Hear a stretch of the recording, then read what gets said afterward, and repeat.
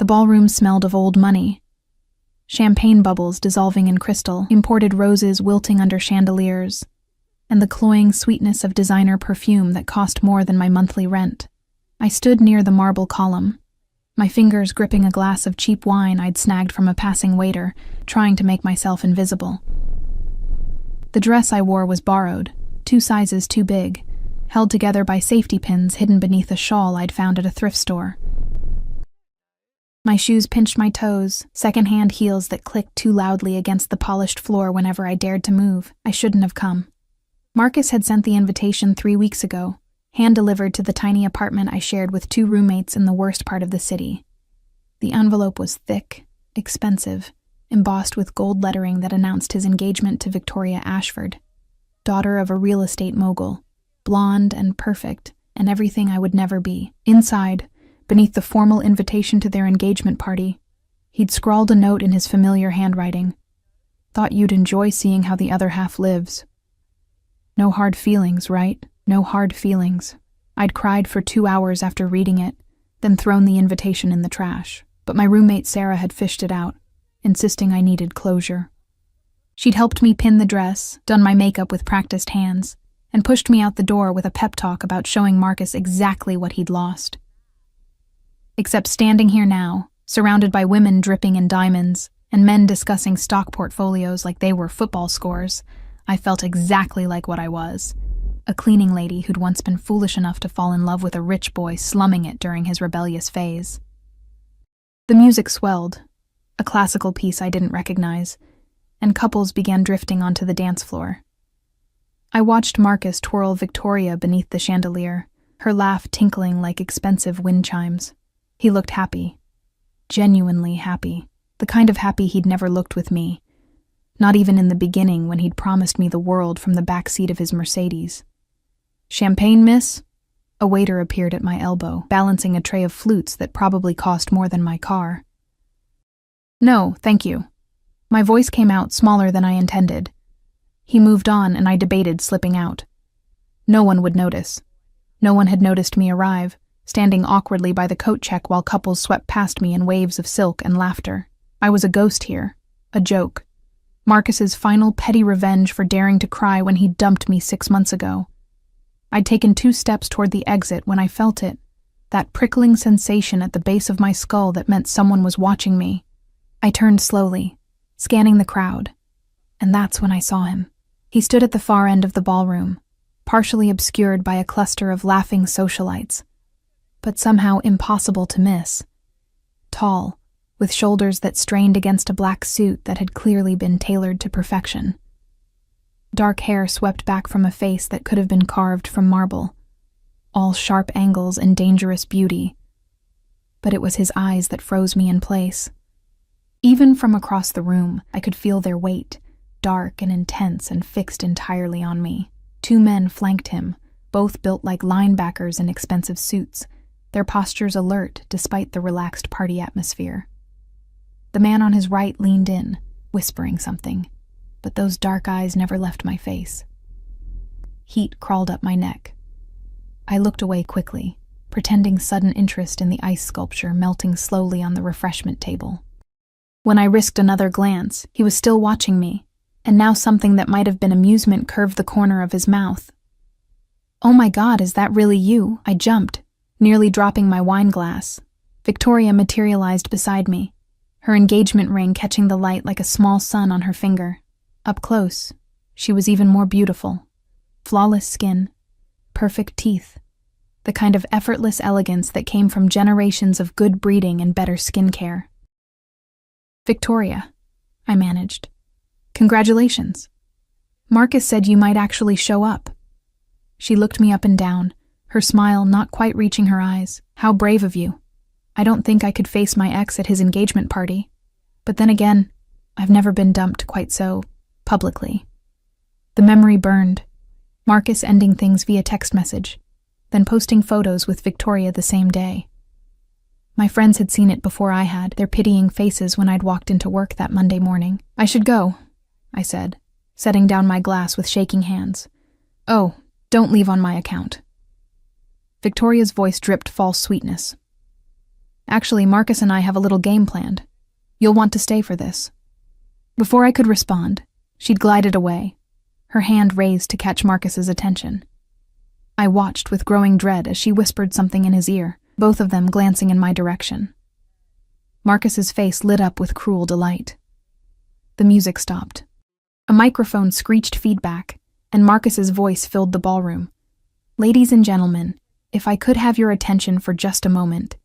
Victoria and I want to thank you all for celebrating with us tonight." Applause rippled through the crowd. But before we continue, there's a tradition I'd like to revive. The first dance isn't just for the engaged couple anymore. We're inviting all the single ladies to join us on the floor.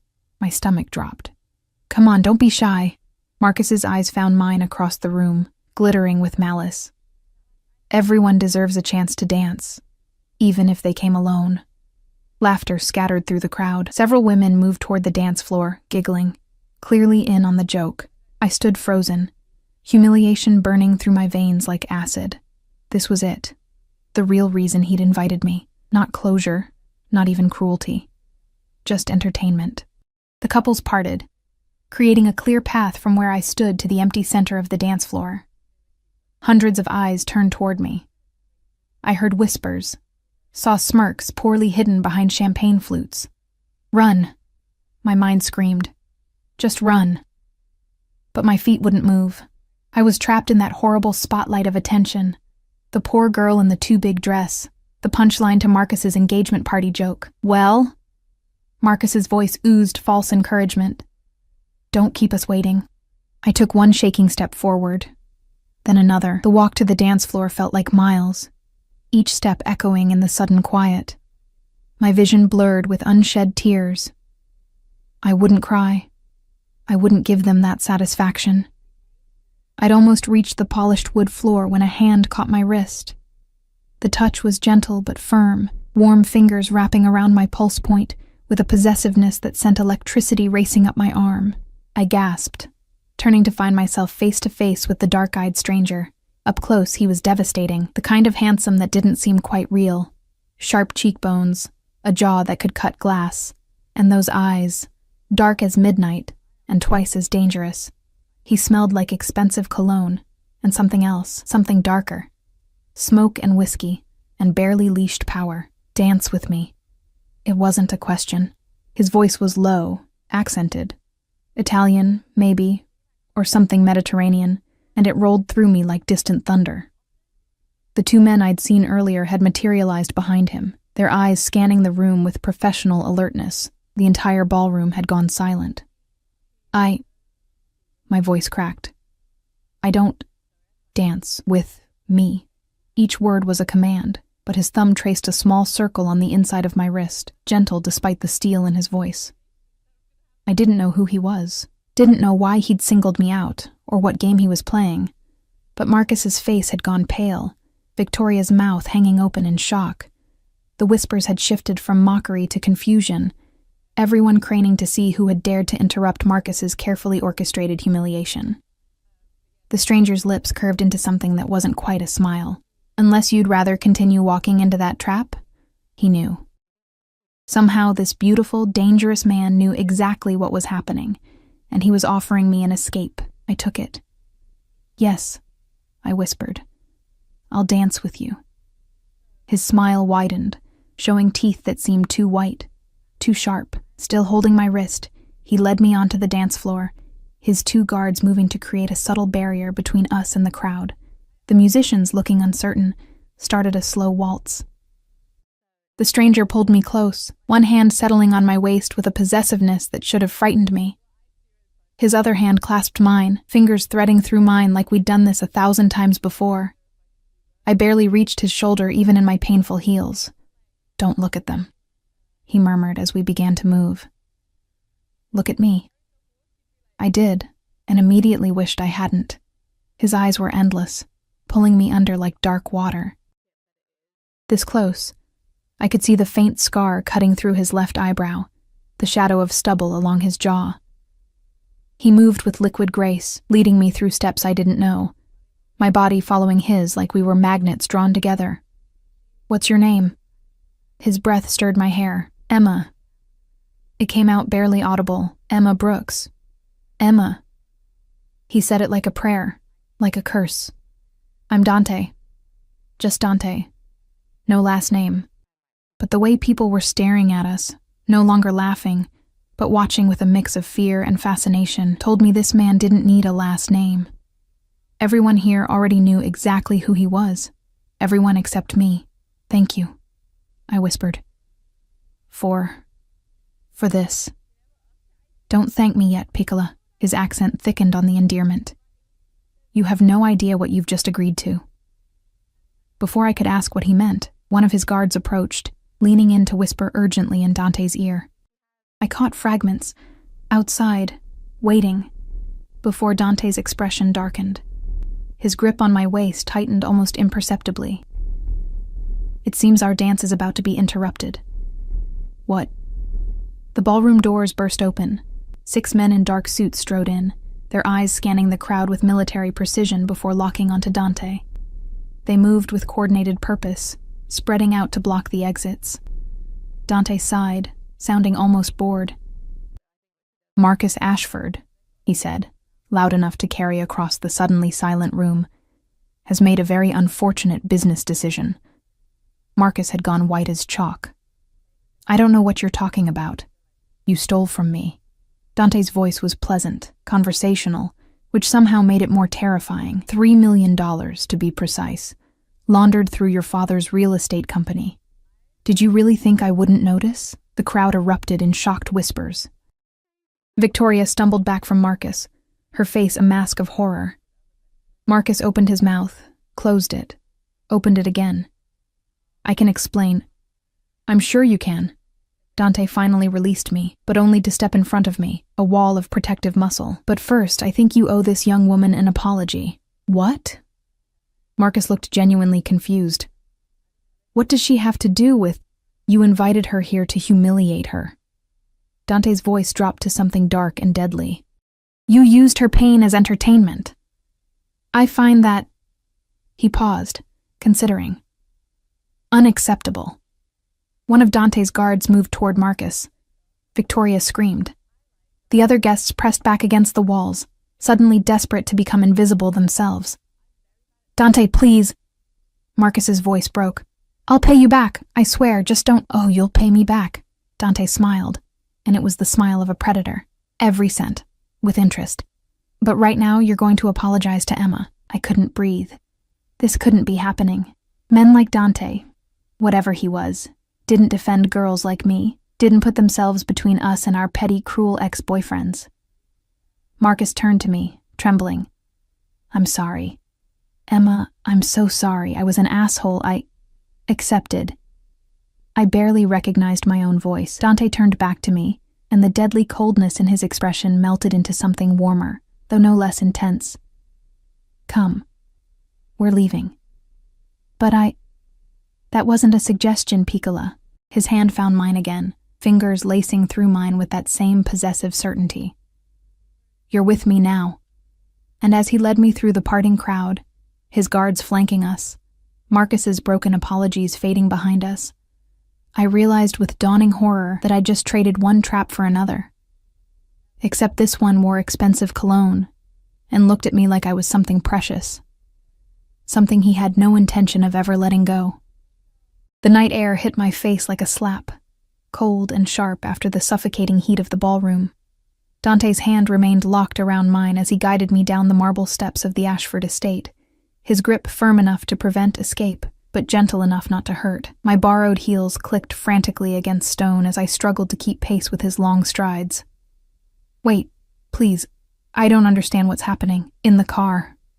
His voice was clipped, efficient. One of his guards had already pulled up a black SUV, sleek, expensive, with windows tinted so dark they looked like pools of ink. The door opened, and I hesitated, every survival instinct screaming warnings.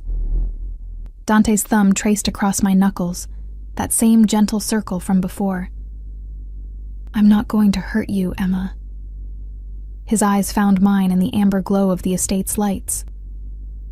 But standing here makes you a target. Get in the car. A target for what? For anyone who saw what just happened inside. His jaw tightened. Marcus Ashford isn't the only one who knows he owes me money, and now everyone in that ballroom knows that you're connected to me. I'm not connected to you.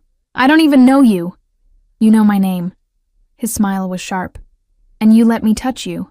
In my world, Piccola, that's more than enough. Before I could protest further, he'd placed his hand on the small of my back and guided me into the SUV with surprising gentleness.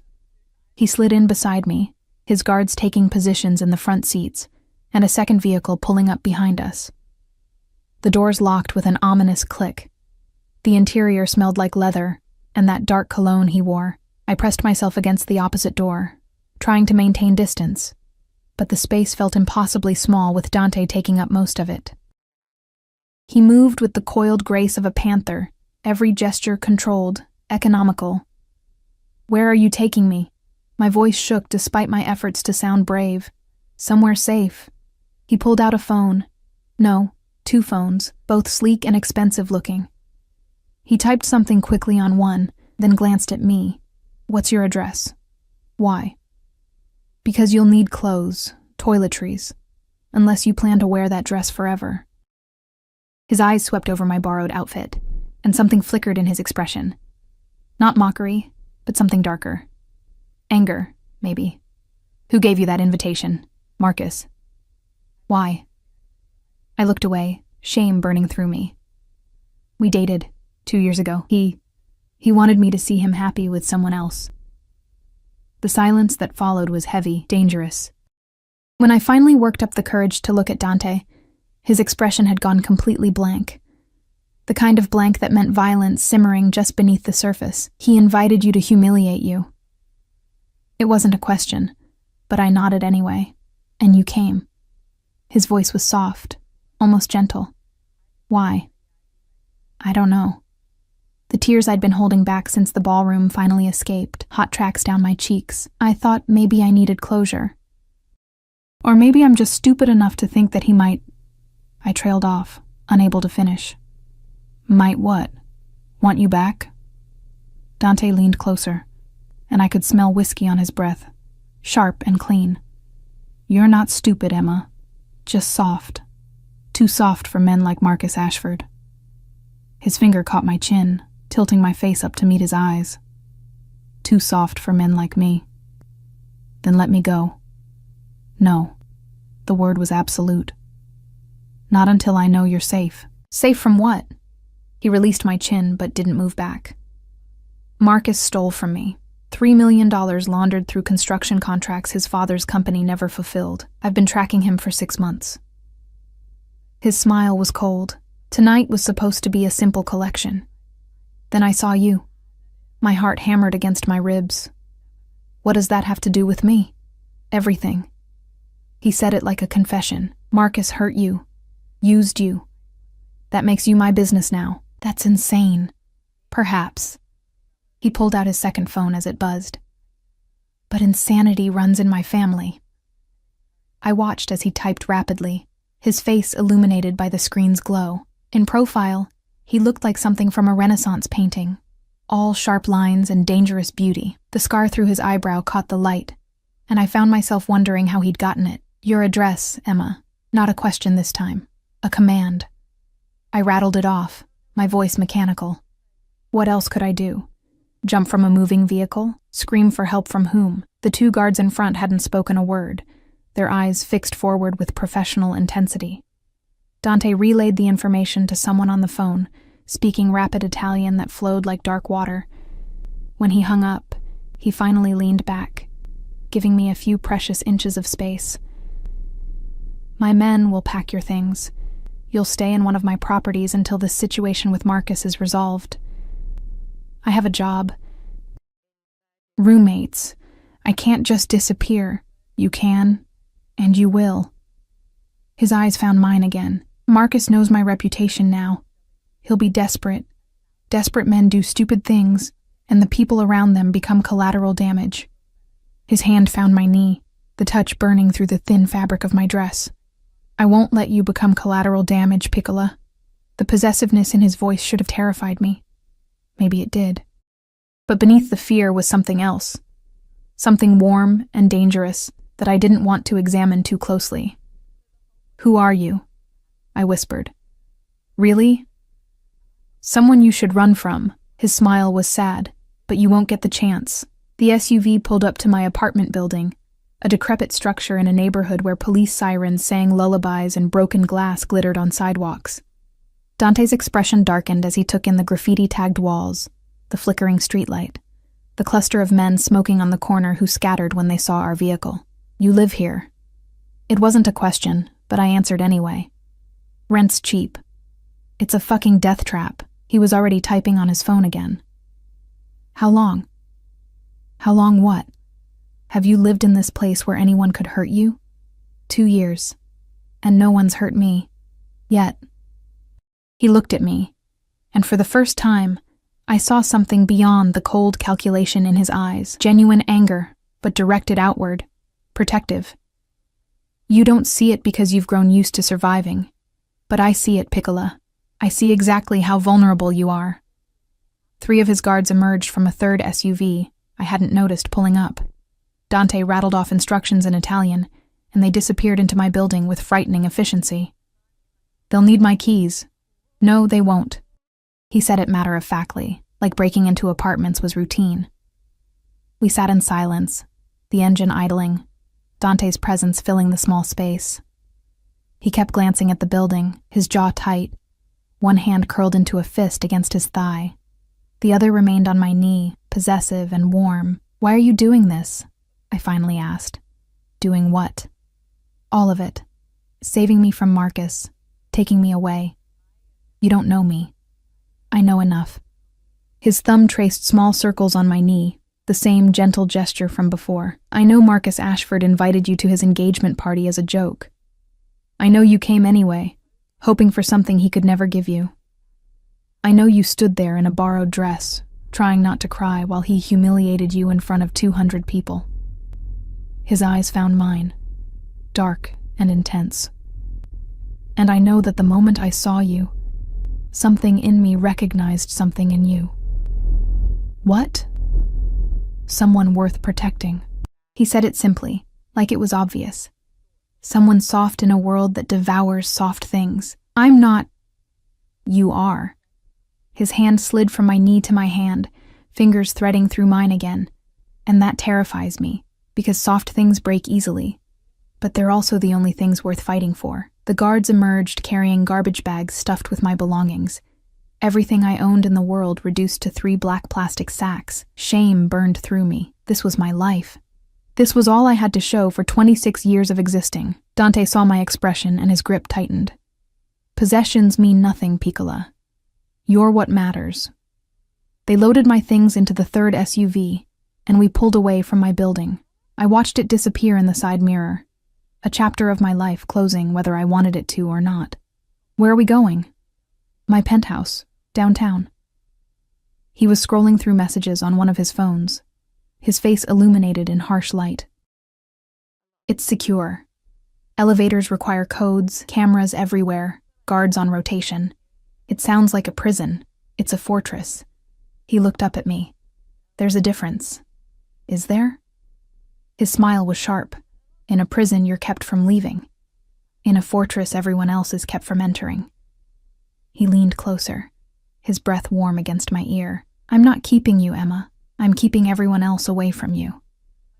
The distinction felt paper thin, but I was too exhausted to argue. The adrenaline from the ballroom was fading, leaving me hollow and shaking.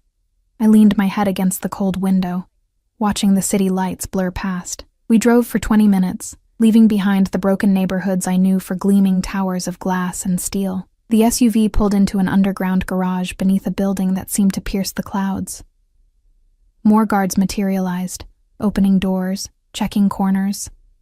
Dante moved through them like a king among soldiers, never releasing my hand. The elevator was all mirrors and soft lighting. Dante pressed his thumb against a biometric scanner, and we shot upward so fast my stomach dropped. I caught our reflection, him tall and powerful in his perfect suit, me small and rumpled in my borrowed dress. We looked like we belonged in different universes. "Stop thinking so loud," Dante murmured. "I'm not." "You are." He turned me to face him, both hands on my shoulders now. You're thinking you don't belong here, that this is temporary, that I'll get bored and send you back to that death trap you call an apartment. Won't you? His eyes darkened. No, Piccola. I'm a lot of things. A criminal, a killer, a man who's committed sins that would make your God weep. But I'm not a liar. His thumb traced my collarbone, the touch searingly gentle. When I say you're mine to protect, I mean it. When I say you're not going back to that place, I mean it. He leaned down until we were eye to eye. And when I say I'm never letting you go, I mean that most of all. The elevator doors opened onto a penthouse that looked like something from a magazine. Floor-to-ceiling windows showcasing the city sprawled below. Modern furniture in blacks and grays, art that probably cost more than my entire existence. I stepped out on shaking legs. Behind me, I heard Dante speaking to his guards in low Italian, giving orders I couldn't understand. Then his hand was on my back again, guiding me deeper into this beautiful cage. There are 3 bedrooms. Take whichever you want. He gestured down a hallway. Your things will be brought up shortly. Are you hungry? I shook my head, too overwhelmed to think about food. Then sleep. He said it gently, but it was still a command. Tomorrow we'll talk about Marcus, about what happens next. But tonight, you're safe. I turned to face him, this beautiful, dangerous man who'd stolen me away from my life, for reasons I still didn't understand. Why me? I whispered. He smiled, and it was sad and possessive all at once. Because when I saw you standing there, trying so hard to be brave while they tore you apart, I saw something I thought I'd destroyed in myself a long time ago. What? The ability to care about something fragile. He touched my cheek, fingers trailing down to my jaw. Sleep, Emma. Dream of things softer than me, because tomorrow you'll wake up in my world, and soft things don't survive here. Then why bring me here? His smile widened, showing those 2 sharp teeth, because I'm selfish enough to try to keep you anyway. I woke to sunlight streaming through floor-to-ceiling windows and the disorienting realization that I had no idea where I was. The bed beneath me was obscenely soft, wrapped in sheets that probably cost more than my monthly salary. For a blissful moment, I thought I'd dreamed it all, the party, Marcus's cruelty, Dante's dark eyes claiming me as his to protect. Then I saw my reflection in the mirror across the room, still wearing the borrowed dress, mascara smudged beneath my eyes, and reality crashed down. I sat up too quickly, the room spinning. My phone. I needed my phone. I found it on the nightstand, fully charged despite my battery being nearly dead last night. 23 missed calls from Sarah, 16 from my other roommate Jessica, and a string of increasingly frantic text messages. Where are you? Emma, please answer. Some men came and packed all your stuff. They said you were fine, but... Emma, I'm calling the police. My fingers shook as I typed back, I'm okay, I'm safe. I'll explain later. Don't call the police. 3 dots appeared immediately. Where are you? I stared at the phone, not knowing how to answer. Where was I? In a penthouse owned by a man who'd introduced himself with just one name, who commanded guards like soldiers and spoke about theft and violence like discussing the weather. A man who'd looked at me like I was something precious and dangerous all at once. With a friend. I promise I'm safe. The lie tasted bitter. I found my garbage bags of belongings in the walk-in closet, a space larger than my bedroom at the apartment. Someone had unpacked everything, my threadbare clothes hanging beside empty spaces clearly meant for a wardrobe I didn't own. My toothbrush sat in the marble bathroom, looking pathetic next to luxury skincare products I couldn't pronounce. I showered in water that felt like silk, using soap that smelled like expensive hotels. The bathroom mirror revealed the truth my borrowed dress had hidden. I was too thin. All sharp angles and hollow spaces, working 2 jobs and skipping meals left marks. I pulled on jeans and my cleanest sweater, then ventured out of the bedroom with my heart hammering. The penthouse was silent, except for the whisper of ventilation.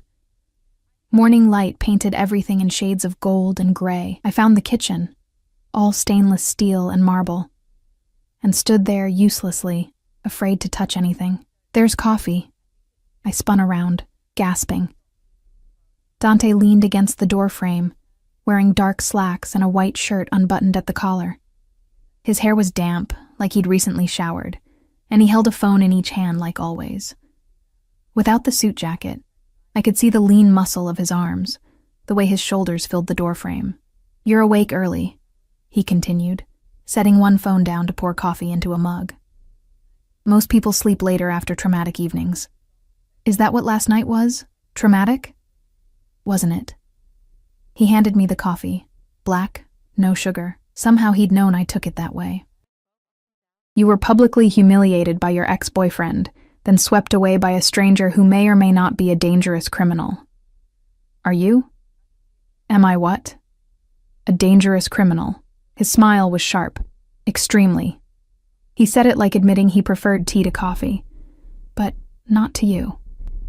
I sipped the coffee to avoid responding. It was perfect. Rich and smooth, and probably cost more per pound than my rent. Everything in this place was perfect, beautiful, expensive. Including the man watching me with those dark, unreadable eyes. "I need to go to work," I said finally. "I have a shift at the diner at noon, and then cleaning offices tonight." "No." "Excuse me? You're not going to work." He pulled out one of his phones, scrolling through something. "I've already had someone call both your employers. You're taking a leave of absence." Anger flared hot in my chest. "You can't just..." "I can. And I did." He looked up at me. "Marcus knows where you work, Emma. Both places. How long do you think it would take him to find you scrubbing toilets in some office building at midnight? He wouldn't. He owes me $3 million that he doesn't have. His father's company is leveraged to bankruptcy. Victoria's family has already started distancing themselves. Did you know her father pulled out of the engagement this morning?" Dante's smile was cold. "Marcus is desperate, and desperate men take hostages." The coffee turned to acid in my stomach. "I'm not worth $3 million to anyone. You are to me." The words hung in the air between us, heavy with implications I wasn't ready to examine. Dante set down his phone and moved closer, predator graceful, until he stood just within my personal space. "I told you last night, you're mine to protect now. That means you don't go anywhere without my knowledge. You don't take risks. You don't make yourself vulnerable to men who might hurt you to hurt me." "I'm not yours." But my voice shook. "Aren't you?" His hand came up to cup my face, thumb tracing my cheekbone. "You let me touch you. You came to my home. You slept in my bed. Not with you." Details, Piccola. His eyes were endless, pulling me under. "In my world, the fact that you're here at all means you're under my protection. And what I protect, I own." I should have jerked away, should have thrown the coffee in his beautiful face and demanded he let me leave. Instead, I stood frozen, my heart racing as his thumb traced patterns on my skin that felt like brands. "I have a life," I whispered. "Friends, responsibilities, and I'll make sure you can return to them when it's safe." His other hand found my waist, pulling me closer until I could feel the heat of him through my sweater. "But right now, Marcus is a wounded animal. Give him a few days to realize he's beaten, and then we'll talk about your freedom." "A few days? A week? Maybe 2. He said it like it was nothing, like stealing weeks of my life was perfectly reasonable. "And what am I supposed to do here? Just wait?" His smile was dangerous. "You could keep me company. I don't even know you. Then get to know me." He released me, stepping back and leaving me cold. "I have business to attend to this afternoon, but my men will be outside. Don't try to leave, Emma, for your own safety. And if I do..." The look he gave me was pure predator. "Then I'll bring you back. And next time, I won't be so gentle about it." He left before I could respond, grabbing his jacket from the back of a chair and both phones from the counter. I heard the elevator doors close, then silence. I was alone in a gilded cage. The day crawled past. I explored the penthouse like a prisoner learning her cell. 3 bedrooms, each with ensuite bathrooms. A media room with a screen larger than my bedroom. An office with a view that made the city look like a toy. Books in Italian and English lined the shelves, many about art history and architecture. No personal photos anywhere. No evidence that anyone actually lived here. Around 2 o'clock, one of the guards knocked and entered with shopping bags. designer logos I recognized from magazines. "Mr. Moretti sent these for you, miss." Moretti. Finally, a last name, Dante Moretti. I opened the bags with shaking hands. Clothes in exactly my size, jeans that would actually fit, soft sweaters in jewel tones, underwear that probably cost more than my entire wardrobe, shoes that weren't secondhand, a winter coat that felt like wearing a cloud. The note tucked inside was written in sharp, angular handwriting. "You deserve things that fit." I cried then, sitting on the floor of this beautiful prison, surrounded by expensive things I'd never asked for. Because he was right. I'd been wearing borrowed, broken things for so long, I'd forgotten what it felt like to have something made just for me. Dante returned after dark, bringing the smell of cold air and cigarette smoke. I was curled on the couch, reading one of his books on Renaissance art. Wearing one of the new sweaters, he stopped when he saw me, something flickering in his expression. "It fits. You shouldn't have—" I wanted to. He shrugged off his jacket, and I saw blood on his collar. Not much, just a few drops, but enough to remind me what he was. "You're hurt." "Not my blood." He said it casually, already loosening his tie. "Whose then?" His smile was sharp. Someone who made poor life choices. I should have been horrified, should have demanded he take me home immediately. Instead, I found myself asking, "Marcus?" "No. Marcus is currently under, let's call it house arrest. His father is liquidating assets to pay me back." Dante poured himself whiskey from a crystal decanter. But he had business partners who thought they could renegotiate our arrangement. They were wrong. He drank, and I watched his throat work, mesmerized despite myself. "Does it bother you?" he asked suddenly. "Knowing what I do? I don't know what you do, not really. I hurt people who cross me. I take things that don't belong to me. I've killed—" He stopped, studying my face. "You're not running." "Where would I go? You have guards outside." "Even if you didn't." He moved closer, settling onto the couch beside me. "You're not afraid of me, Emma. You should be. But you're not." "Why?" I thought about it, really thought. "Because you could have hurt me already, could have taken whatever you wanted, but you didn't. You just took care of me. Taking care of you is another way of controlling you. I know." I met his eyes. "But at least you're honest about it." He laughed, the sound dark and genuine. Most people lie to themselves about their cages, pretend the bars are for their own good. Aren't they? In your case? Yes. His hand found my ankle, thumb rubbing circles against the bone. "Marcus called me today, begged me to let you go." My heart stopped. "What did you say?" "I told him you weren't a hostage to be released.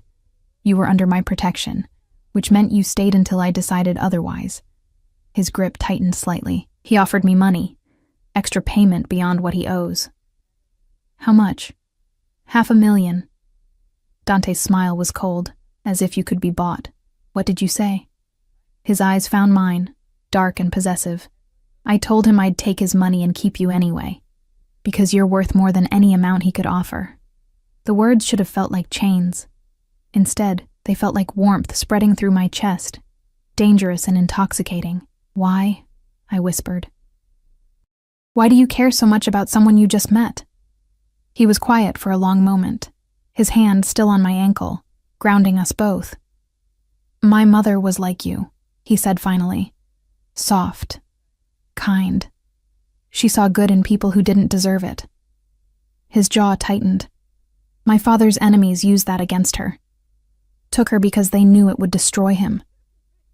"What happened?" "He got her back. But she was different after. Broken." His eyes were distant, seeing ghosts. "She died when I was 16. Not from what they did to her, but from never recovering from it, Dante. So when I see someone soft in a world full of predators, I protect them." His focus snapped back to me. "Even if protecting you means keeping you in a cage. Even if you end up hating me for it." He leaned closer. "At least you'll be alive to hate me." My hand found his face before I could stop myself, fingers tracing the scar through his eyebrow. "I don't hate you. You should. Probably. I smiled despite everything, but I don't. His hand came up to cover mine, pressing my palm against his cheek. Dangerous words, Piccola. Why? Because if you don't hate me, I'll never let you go. The promise hung between us, dark and sweet. And God help me, I wasn't sure I wanted him to. 3 days bled into a week, and I learned the rhythm of Dante's world. He left early, always before dawn, returning at unpredictable hours with tension carved into his shoulders and sometimes blood on his clothes. Never his own.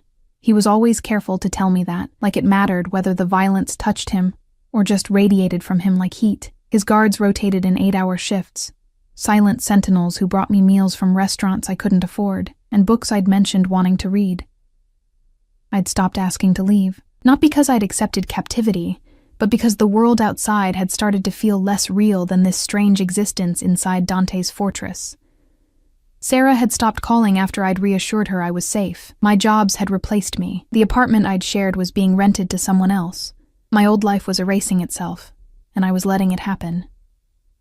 You're thinking too loud again. I jumped, closing the book I'd been pretending to read. Dante stood in the doorway of the living room, jacket slung over one shoulder, tie loosened. It was barely 8 in the evening, early for him. Bad day? I asked. Productive day. He moved to the bar, pouring whiskey with practiced ease.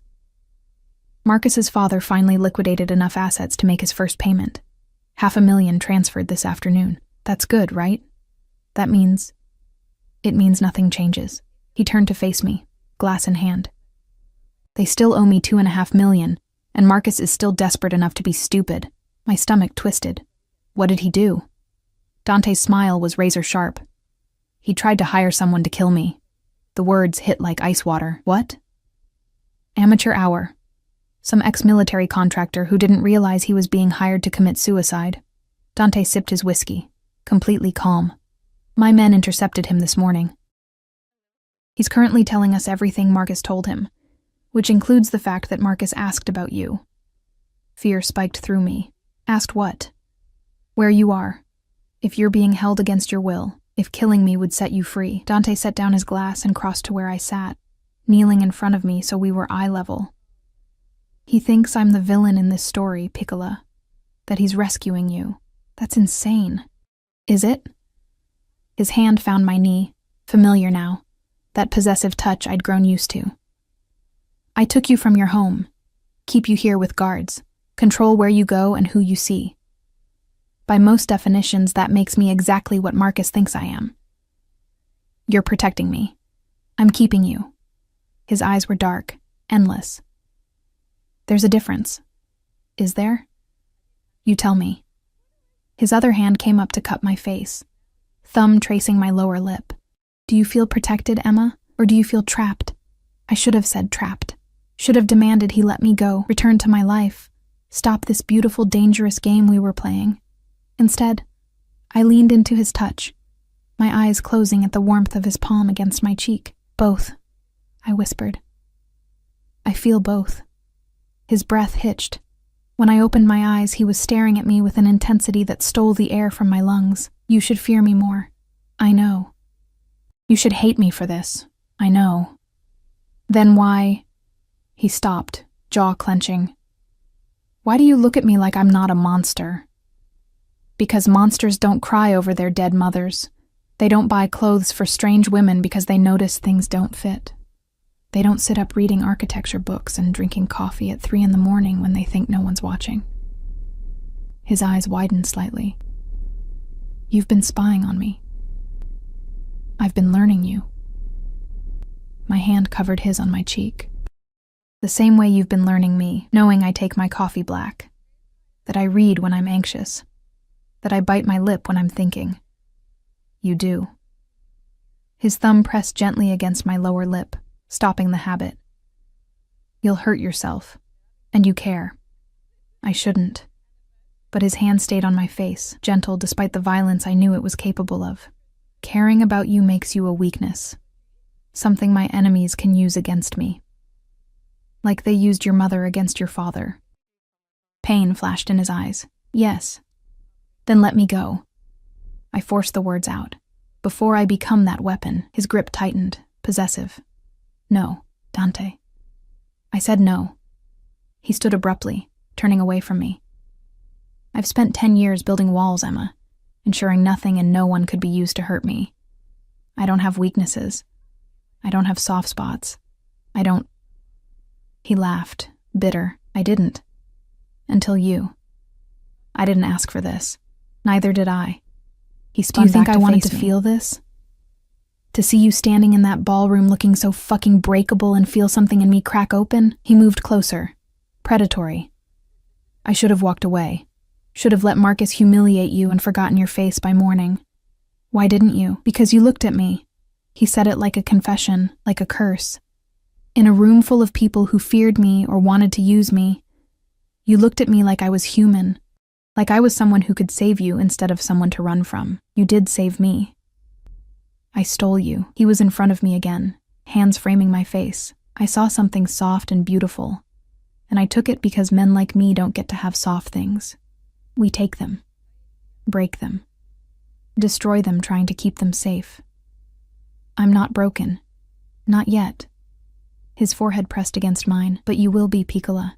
Because I'm never letting you go, and that kind of possession destroys soft things eventually. Then why keep me? Because I'm selfish. His voice dropped to a whisper.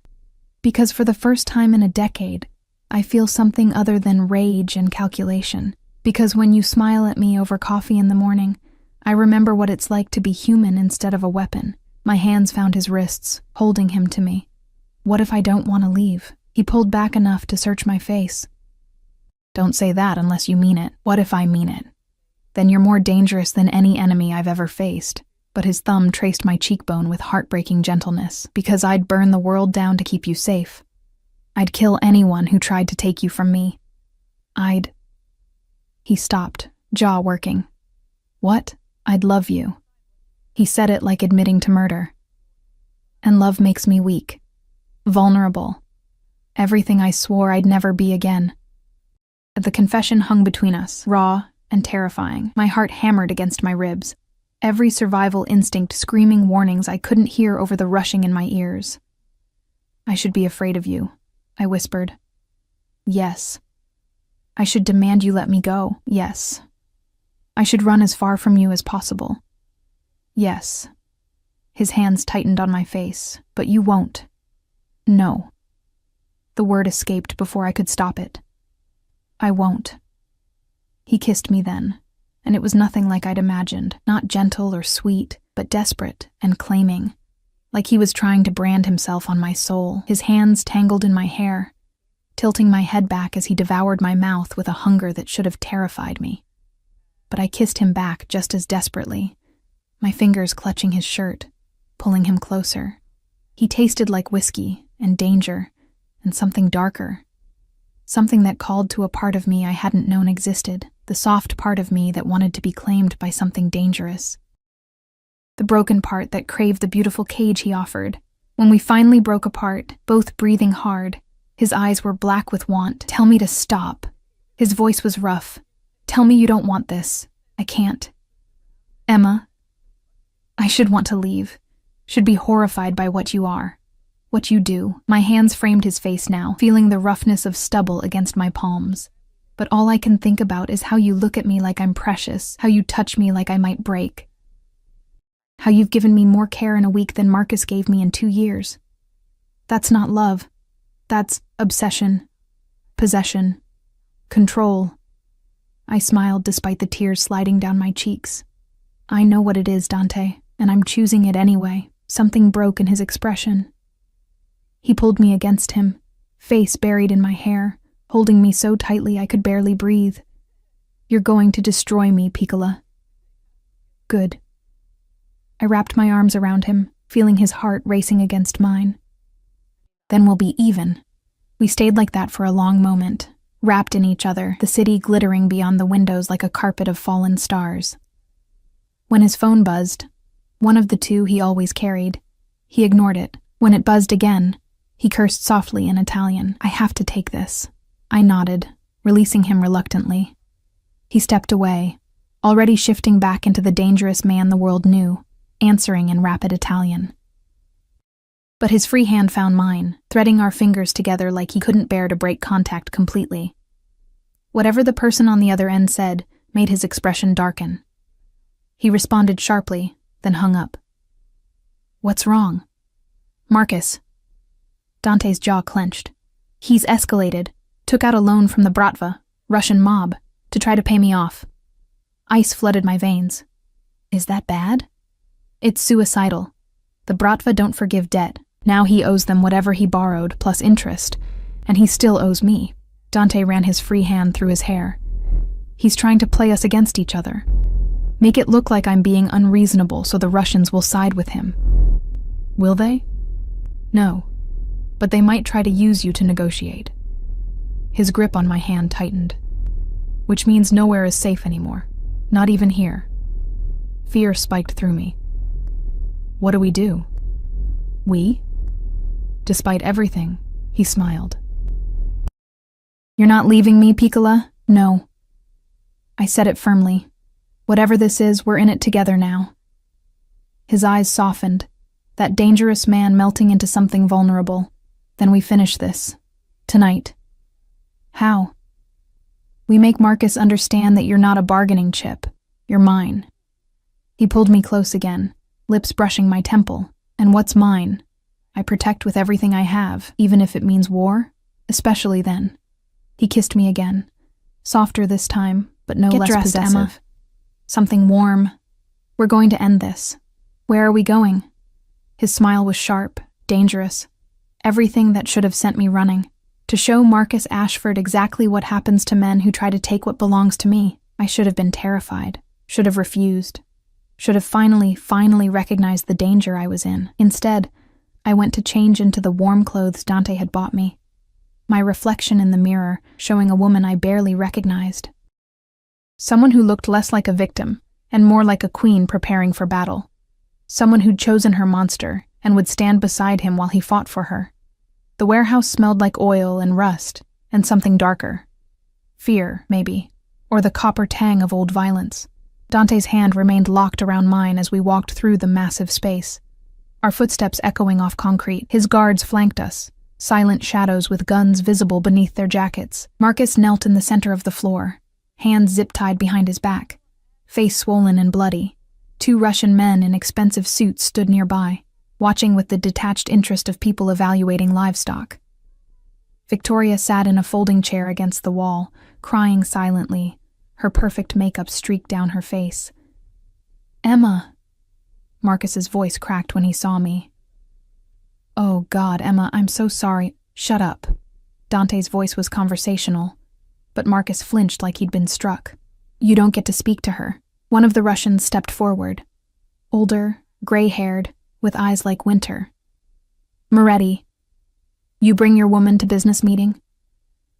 "This is personal, Volkov. She stays." Dante's grip on my hand tightened slightly, the only sign of tension in his otherwise relaxed posture. "Marcus owes me $2.5 million. He came to you for a loan to pay me. I'm here to explain why that was a mistake." Volkov's smile was thin. "Boy owes us $3 million now. Plus interest. He say you are unreasonable, man. That we should negotiate on his behalf. Did he mention why he owes me money in the first place?" "He say business deal gone bad. He stole from me." Dante's voice dropped to something deadly quiet. "Laundered funds through his father's construction company. Used my money to finance his lifestyle while honest contractors went unpaid." He gestured at Marcus. "This isn't a business deal gone bad. This is theft." Marcus made a choking sound. "I was going to pay you back with Russian mob money?" Dante laughed, dark and humorless. "You're not just a thief, Marcus. You're an idiot. Please." Victoria's voice was small. "Please, just let him go. His father is selling everything. His father is selling things that were purchased with my money." Dante turned his attention to her, and I felt him shift into something colder, more dangerous. "Tell me, Victoria, did you know your fiancé was a thief when you accepted his proposal?" She shook her head frantically. "Did you know he invited his ex-girlfriend to your engagement party specifically to humiliate her? To make himself feel powerful by making someone else feel small?" Victoria's eyes found mine, horror and shame warring in her expression. "I didn't. I thought it was just a joke. Jokes are funny. Dante's voice cut like a blade. Cruelty is not.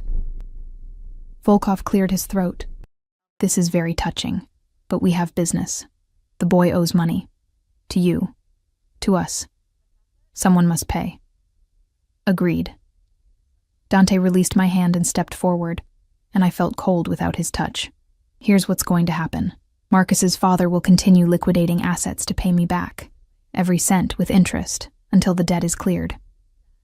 And our money. Volkov's eyes narrowed. Consider it a lesson in due diligence.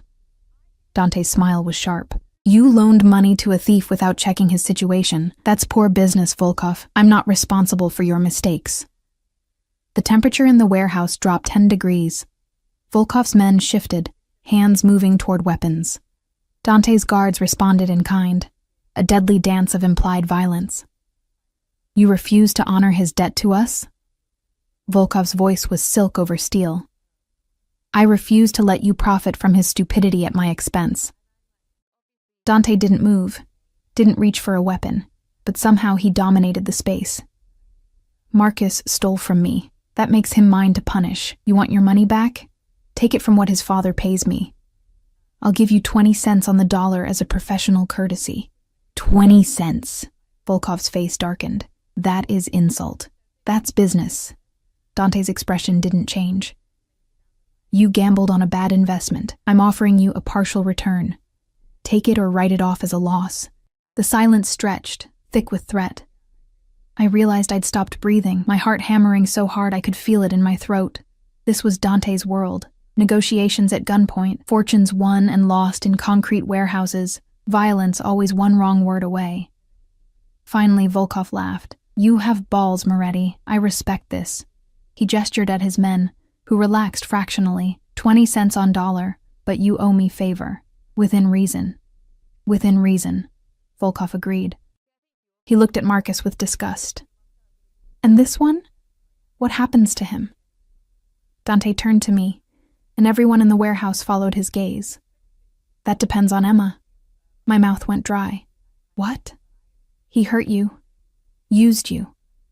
Dante's eyes held mine, dark and intense. You get to decide what happens to him. Marcus made a desperate sound. Emma, please. We were good together once, remember? I made a mistake. I was young and stupid. But I never meant...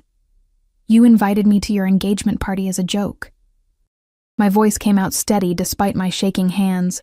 You wanted to humiliate me in front of everyone you knew. You wanted me to feel small and worthless and pathetic. I'm sorry. You're sorry you got caught. Sorry it backfired. I looked at Dante. What are my options? His smile was dangerous, proud. Anything you want, Piccola. I'll kill him if you ask. Break him. Destroy everything he has left. The power in those words was intoxicating. I could end Marcus with a word, could make him suffer the way he'd made me suffer. But looking at him kneeling there, pathetic and broken, I felt nothing but pity. Let him go, I said finally. Dante's expression flickered with surprise. Emma, let him pay back what he owes. Let him live with the consequences of his choices. I met Marcus's eyes. But I want him to know that I'm not the weak girl he thought he could hurt. That I'm worth more than he ever deserved. Silence. Then Dante moved to me, his hand cupping my face with heartbreaking gentleness. You're extraordinary. I'm just tired of being afraid.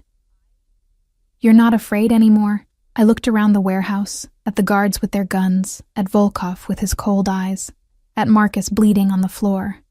I'm terrified, but not of you.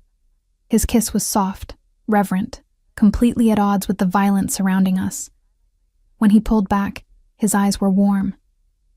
Get her out of here, he told one of his guards. Take her home. I'm not leaving you. I need to finish this. 5 minutes, then I'll follow. He kissed my forehead. Trust me. I did. God help me, I did. The penthouse felt different when I returned. Less like a cage and more like a sanctuary. I showered, washing away the smell of the warehouse, and changed into soft clothes. My hands were still shaking when Dante walked through the door an hour later. Is it done? It's done. He looked exhausted, the dangerous edge worn away to reveal the man beneath. Marcus will pay back every cent over the next 10 years. Volkov took his 20%. Victoria broke off the engagement. She was just collateral damage in all this. And us? He moved to me, pulling me into his arms. There is no and us. There's just us. You and me. Together. I chose this. I whispered against his chest. I chose you. I know. His hand stroked my hair, and I'll spend every day proving you made the right choice. Even though you're a dangerous criminal? Even though. He tilted my face up to meet his eyes. I can't change what I am, Emma. Can't promise you safety or normalcy or anything resembling a regular life. But I can promise that I'll protect you with everything I have, that I'll worship you like the precious thing you are, that I'll... Love me? I finished for him. His smile was soft, vulnerable. I already do. Have since the moment you looked at me in that ballroom like I was capable of saving you. You did save me. We saved each other. He kissed me, slow and deep and full of promise. You showed me I could feel something other than rage. I showed you that you deserved more than men like Marcus. So what happens now? Now? He pulled me toward the bedroom, his intent clear in his dark eyes. Now I show you exactly how much you mean to me, how precious you are, how I plan to spend the rest of my life making sure you never doubt your worth again. That's very possessive. I'm a possessive man. His smile was sharp. You knew that when you chose me. I did. I let him pull me close, let his hands map my body with reverent touches, and I'd choose you again. Dangerous words, Piccola. I'm a dangerous woman now. I have a Mafia boss who'd burn the world for me. His laugh was warm against my skin. That you do. 6 months later, I woke to sunlight and the smell of coffee, Dante's arm heavy across my waist. The penthouse had become home, my books on the shelves, my clothes in the closet, my coffee mug in the kitchen. I had a life now that looked nothing like my old one. I'd gone back to school, studying art history with tuition Dante paid without blinking. My old roommates visited regularly, Sarah finally accepting that I was genuinely happy. I'd even started painting again. Something I'd given up when survival became more important than dreams. Dante had kept his word, protecting me, worshiping me, loving me with an intensity that should have been terrifying, but felt like coming home. You're thinking too loud, he murmured against my shoulder, just thinking how strange life is. Strange how? A year ago, I was cleaning toilets and dating a man who saw me as temporary entertainment. Now I'm living with a Mafia boss who looks at me like I hung the stars. He rolled me to face him, his eyes warm in the morning light. You did hang the stars. My whole world was darkness before you. That's very poetic for a criminal. I'm a man of many talents. His hand traced patterns on my skin. Speaking of which, he pulled a small box from the nightstand. My heart stopped. Dante, let me finish. He opened it, revealing a ring. Not huge or ostentatious, but perfect. A deep red ruby surrounded by diamonds. I know this isn't traditional. I know I'm not the kind of man you should build a life with. But you chose me anyway, and I want to choose you back. Every day. Forever. Tears blurred my vision. Is this... Marry me, Emma. His voice was rough with emotion.